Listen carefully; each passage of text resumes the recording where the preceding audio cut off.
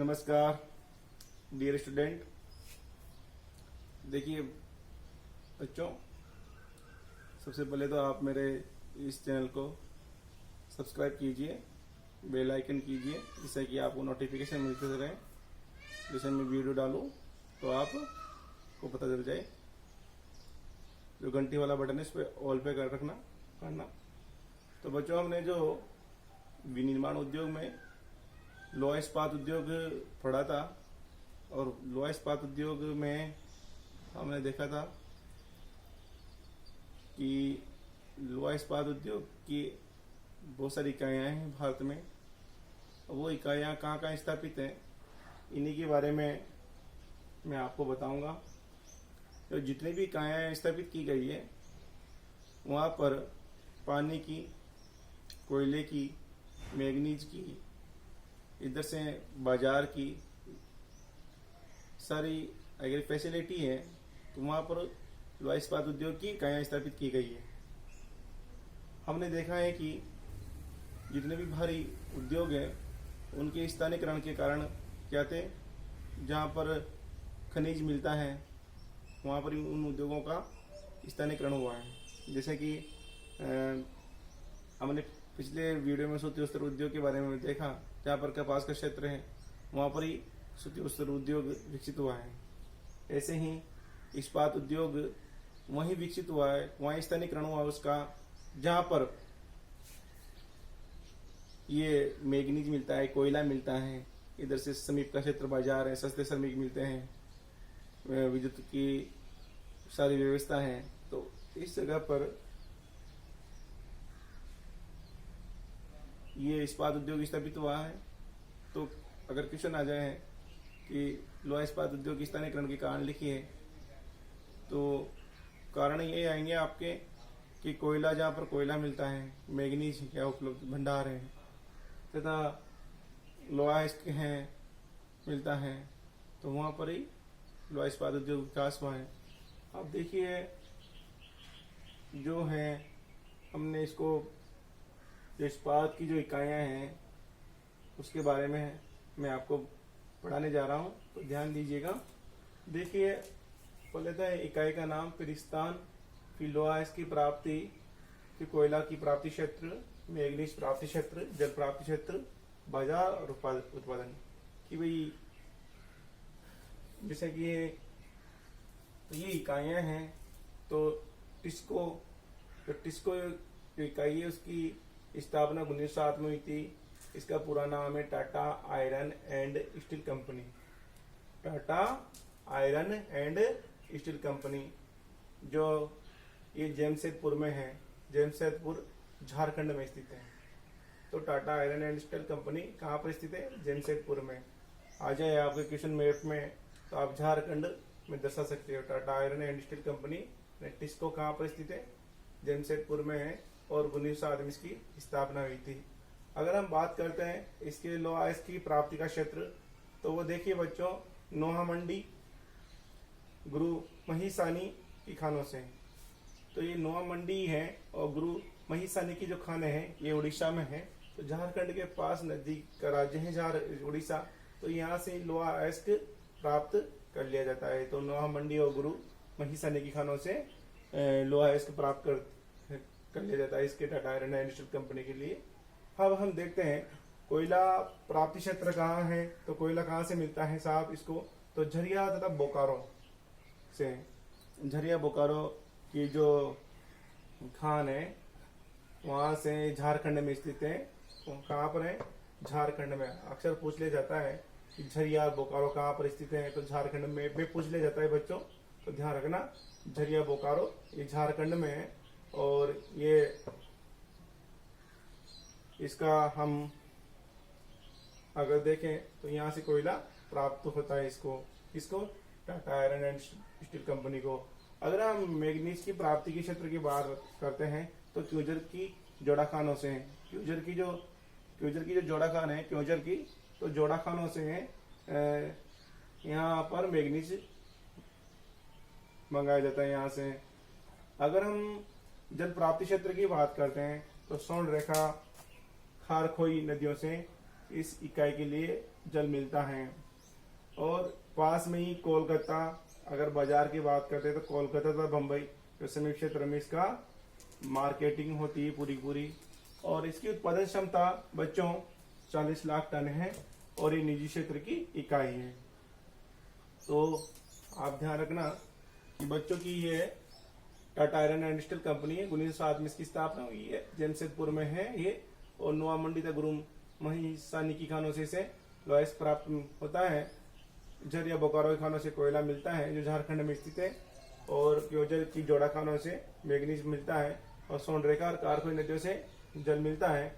और कोलकाता तथा बम्बई समीप क्षेत्रों में इसका बाजार है और ये निजी क्षेत्र की इकाई है और 40 लाख टन इसकी क्षमता है।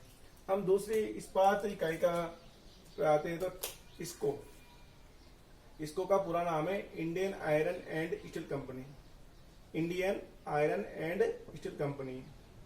तो बच्चों ये कुल्टी, हीरापुर, बर्नपुर इसकी स्थापना हुई थी 1918 में। परंतु 1936 में क्या हुआ बच्चों, इन तीनों इकाइयों को मिलाकर कुल्टी, हीरापुर और बर्नपुर को मिलाकर Indian iron and steel company इसका नाम कर दिया गया। तो ये तीन इकाइयों को मिलाकर इसको का निर्माण हुआ, यानी इंडियन आयरन स्टील कंपनी का निर्माण हुआ। तो अगर हम लोहा की बात करते हैं तो सिंहभूमि, मयूरभंज, कोलाहन, क्यूजर की खानों से लोहास्क मिलता है।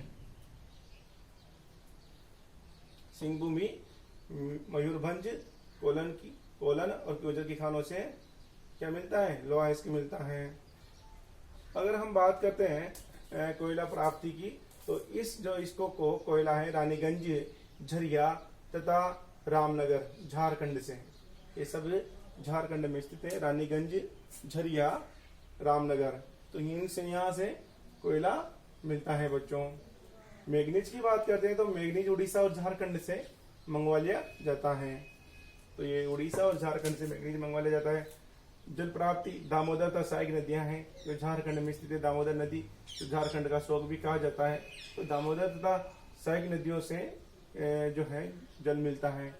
अगर बाजार की बात करें बच्चों तो बाजार कोलकाता के समीप का क्षेत्र है। कोलकाता के पास का जो क्षेत्र है वह इसका बाजार है बच्चों, कोलकाता के समीप का क्षेत्र। और ये भी निजी क्षेत्र की इकाई है और इसकी उत्पादन क्षमता 16 लाख टन है।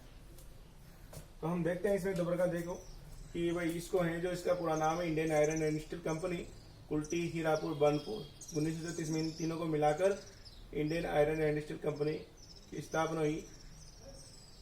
शुरू में इसकी स्थापना 1918 में हुई थी, पर कुल्टी, हीरापुर, बर्नपुर को तीनों को मिलाकर क्वेश्चन कभी पूछ लेता है कि कुल्टी, हीरापुर, बर्नपुर को मिलाकर किसकी स्थापना की गई, तो ये इसको की गई। अब लोहास्क सिंहभूमि, मयूरभंज, कोलन और क्यूजर की खानों से मिलता है। इसको को क्वेश्चन पूछ लेते हैं अक्सर कि इसको को लोहास्क की प्राप्ति कहाँ से होती है, तो सिंहभूमि से, मयूरभंज से, कोलन से, क्यूजर की खानों से। कोयला प्राप्ति रानीगंज, झरिया, रामनगर से। और मैग्नीज की प्राप्ति उड़ीसा, झारखंड से। और जल प्राप्ति दामोदर तथा सहायक नदियों से। और कोलकाता का शहर क्षेत्र इसका बाजार है और 16 लाख टन इसकी उत्पादन क्षमता है और निजी क्षेत्र की इकाई है। अब तीसरी जो इकाई का वह है तो वह है विस्को जो इसकी स्थापना 1923 में हुई थी बच्चों। कब हुई थी, 1923 में। और कहाँ हुई थी, भद्रावती कर्नाटक में। तो इसका पूरा नाम है Visvesvaraya iron and steel company. Visvesvaraya iron and steel company है। अब इसकी स्थापना ऐसे भी पूछ सकते हैं कि Visvesvaraya iron and steel company की स्थापना कब हुई, तो 1923 में हुई। कहाँ हुई, भद्रावती कर्नाटक में हुई। में भी पूछ सकते हैं बच्चों, इसको अंकित कीजिए Visvesvaraya iron and steel company कहाँ स्थित है, तो आपको ध्यान रखना है कर्नाटक में है। कहाँ पर है, कर्नाटक, भद्रावती कर्नाटक। आप कर्नाटक राज्य में कहीं भी लगा दोगे टिफ वहीं चले जाएगा, परंतु आपको कर्नाटक राज्य में लगाना है। अब इसकी लोहास्क की प्राप्ति केमेनगुंडी की खानों से, केमेनगुंडी की खानों से, यानी कर्नाटक में ही है। जिस राज्य में इसकी स्थापना हुई उसी राज्य में यहाँ से लोहा मिल जाता है। तो कर्नाटक राज्य में तो वहां से ये लोहास्क मिल जाता है। इसके लिए इसको को स्थानीय लकड़ी के कोयले से, अब जो कोयला जो है तो वहाँ की स्थानीय जो लकड़ी है उससे कोयला मिल जाता है। और मैग्नीज की प्राप्ति की बात करें तो स्थानीय स्तर पर जहाँ पर इसकी भद्रावती के आसपास जो है तो वहां से स्थानीय स्तर पर इसको मैग्नीज मिल जाता है। जल प्राप्ति भद्रावती नदी से हो जाता है इसको पूर्ति। और बेंगलोर के समीप का क्षेत्र इसको बाजार है बच्चों, बेंगलोर का जो समीप का क्षेत्र है वह बाजार है और ये 2 लाख टन इसकी क्षमता है। यानी कि उत्पादन कितना करती है, 2 लाख टन करती है। ये सार्वजनिक क्षेत्र की पहली इकाई है बच्चों, सार्वजनिक क्षेत्र की पहली इकाई है। अगर पूछा जाए कि सार्वजनिक क्षेत्र की पहली इकाई कौन सी है तो आपका जवाब होगा विस्को। अब है राउरकेला इस्पात कारखाना। तो देखिए बच्चों, राउरकेला जो इस्पात कारखाना है, राउरकेला उड़ीसा में ही स्थित है। राउरकेला जो इस्पात कारखाना है तो मैंने बताया था आपको कि ये जर्मनी के सहयोग से स्थापित की गई इकाई है। राउरकेला इस्पात कारखाना राउरकेला उड़ीसा में है और ये जर्मनी के सहयोग से स्थापित की गई है। तो हम इसकी बात करें, राउरकेला इस्पात कारखाना को लोहा इसकी कहाँ से मिलता है तो सुंदरगढ़ क्योंझर की खानों से मिलता है। ये उड़ीसा में ही है। और साथ अगर कोयले की बात करें झरिया तो तलचर की खानों से इसको क्या मिल जाता है, कोयला मिल जाता है। और अगर मैग्नीज की बात करते हैं तो राउरकेला इस्पात कारखाना को मैग्नीज बसा पानी तथा बालोनी की खानों से, जो उड़ीसा में ही है, बसा पानी तथा बालोनी की खाने से ही इसको मैग्नीज मिलता है राउरकेला इस्पात कारखाने को। अगर हम बात करें जल की तो जल बच्चों इसको ब्राह्मणी नदी है उसे जल मिल जाता है। और बाजार है तो समीप का औद्योगिक क्षेत्र को, ये जो उड़ीसा के आसपास का जो समीप क्षेत्र है तो वहाँ इसका बाजार है जहाँ इसका इस्पात खपत हो जाता है। और इसकी उत्पादन क्षमता बच्चों 11 लाख टन है।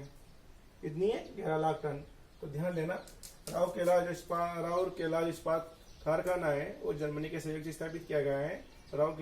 राउरकेला उड़ीसा में सुंदरगढ़ क्योंझर की खानों से लोहा इसकी मिलता है। झरिया तलचर की खानों से कोयला मंगाया जाता है। और बसा पानीता बलौनी की खानों से जो उड़ीसा में स्थित है मैग्नीज मिलता है। और ब्राह्मणी नदी से जल प्राप्ति होती है और इसका बाजार समीप औद्योगिक क्षेत्र है और 11 लाख टन इसकी उत्पादन क्षमता है।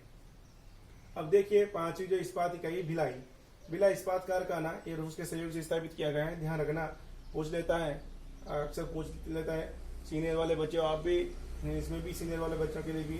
तो भिलाई इस्पात जो कारखाना है वो रूस के सहयोग से स्थापित किया गया है और भिलाई है छत्तीसगढ़ में, छत्तीसगढ़ राज्य में स्थित है भिलाई। तो ये रूस के सहयोग से स्थापित किया गया है बच्चों।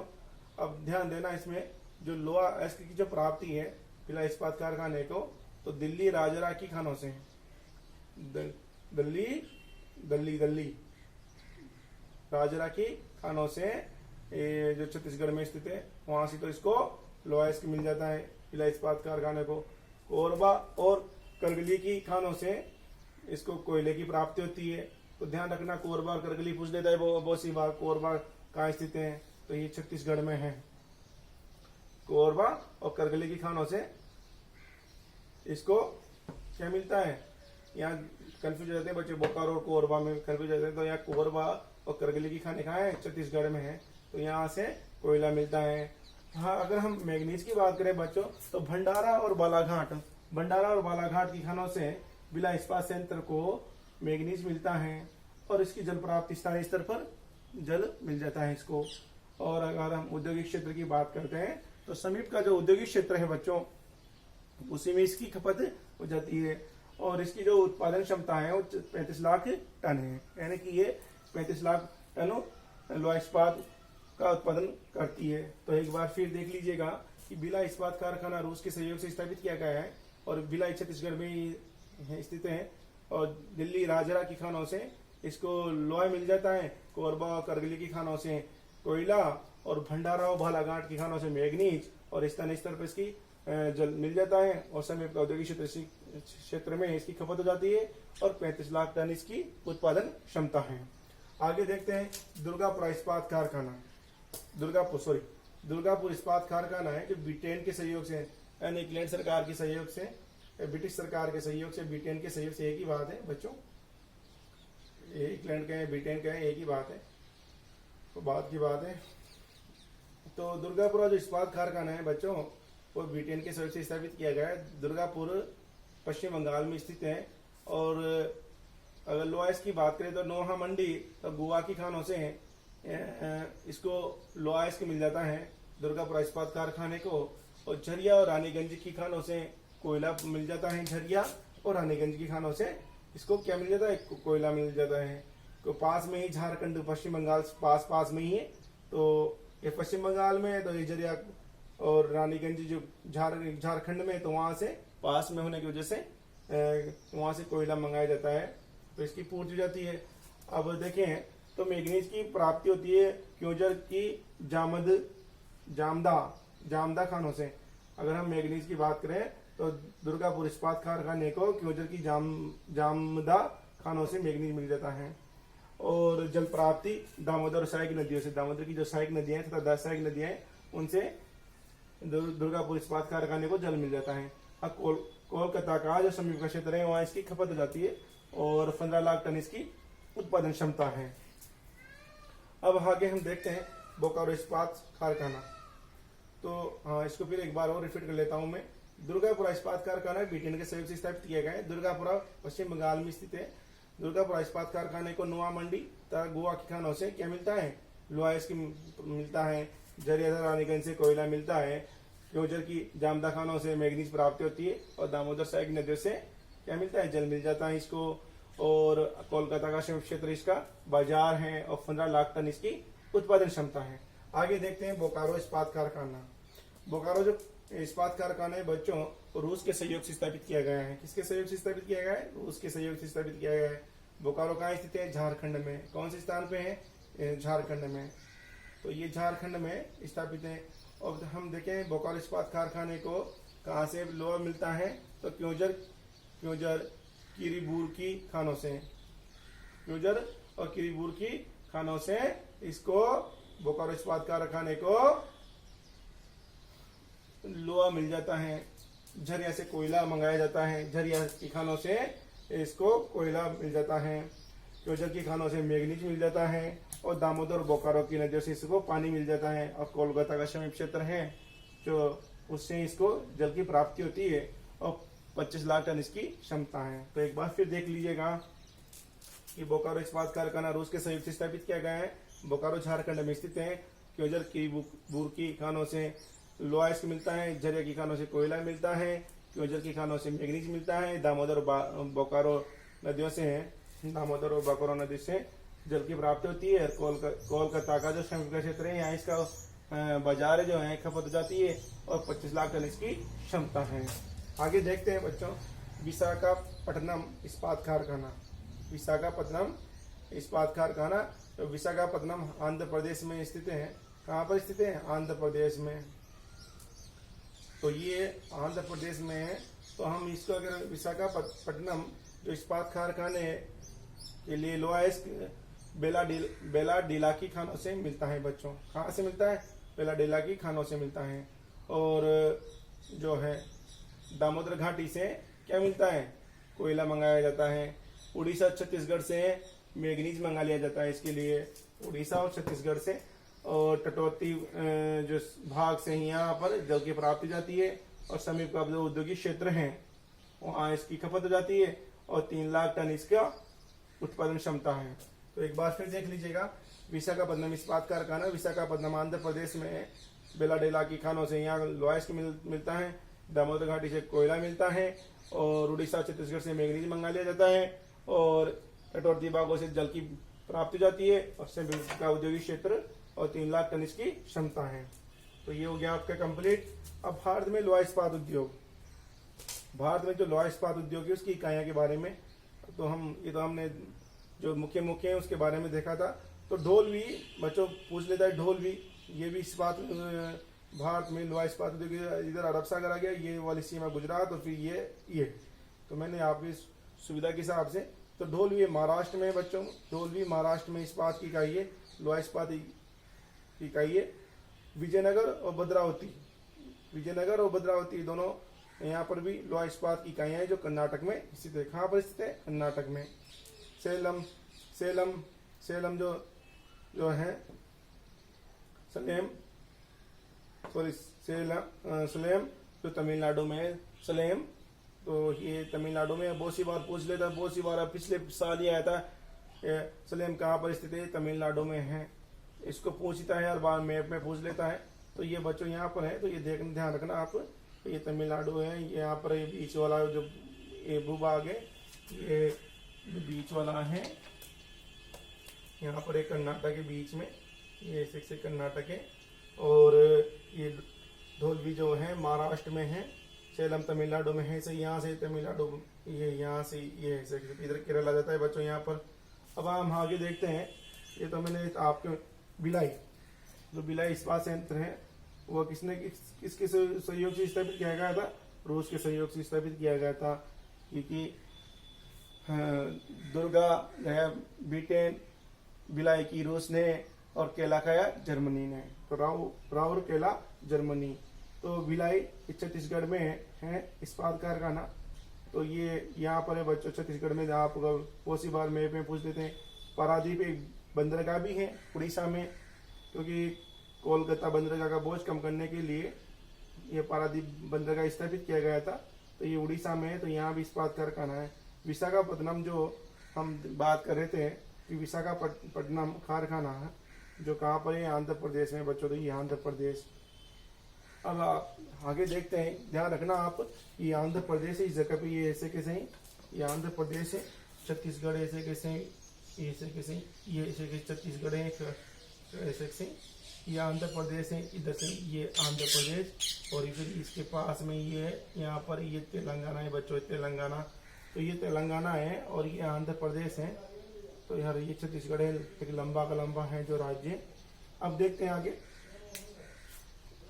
अब आगे देखते हैं हम इधर की बहुत स्थिति के बारे में देखते हैं। तो ये है साहब राउरकेला जो उड़ीसा है। तो ये उड़ीसा राज्य है बच्चों। यहाँ पर यहाँ पर कौन सा राज्य है? उड़ीसा। ये देखो, ये उड़ीसा राज्य है। अब बात करते हैं, अब उड़ीसा है ये जो राउरकेला जो है, जो उड़ीसा में है। और एक है जमशेदपुर और बोकारो, ये झारखंड में है। तो बच्चों ये है ना, ये झारखंड ऐसे कैसे ही है, चौकोर में है, चौकोर में है, ये चौकोर में। तो ये झारखंड राज्य है बोकारो, और ये झारखंड में है। और इधर का हम देखें तो ये यहाँ से ऐसे कैसे, ऐसे कैसे, ऐसे कैसे। और ये पश्चिम बंगाल है। यहाँ पर ये कौन सा है? पश्चिम बंगाल। जो दुर्गापुरा और बर्नपुर, दुर्गापुरा और बर्नपुर, ये दुर्गापुरा है यहाँ पर, ये बर्नपुर इस्पात इकाइयाँ है, पश्चिम बंगाल में है। और बोकारो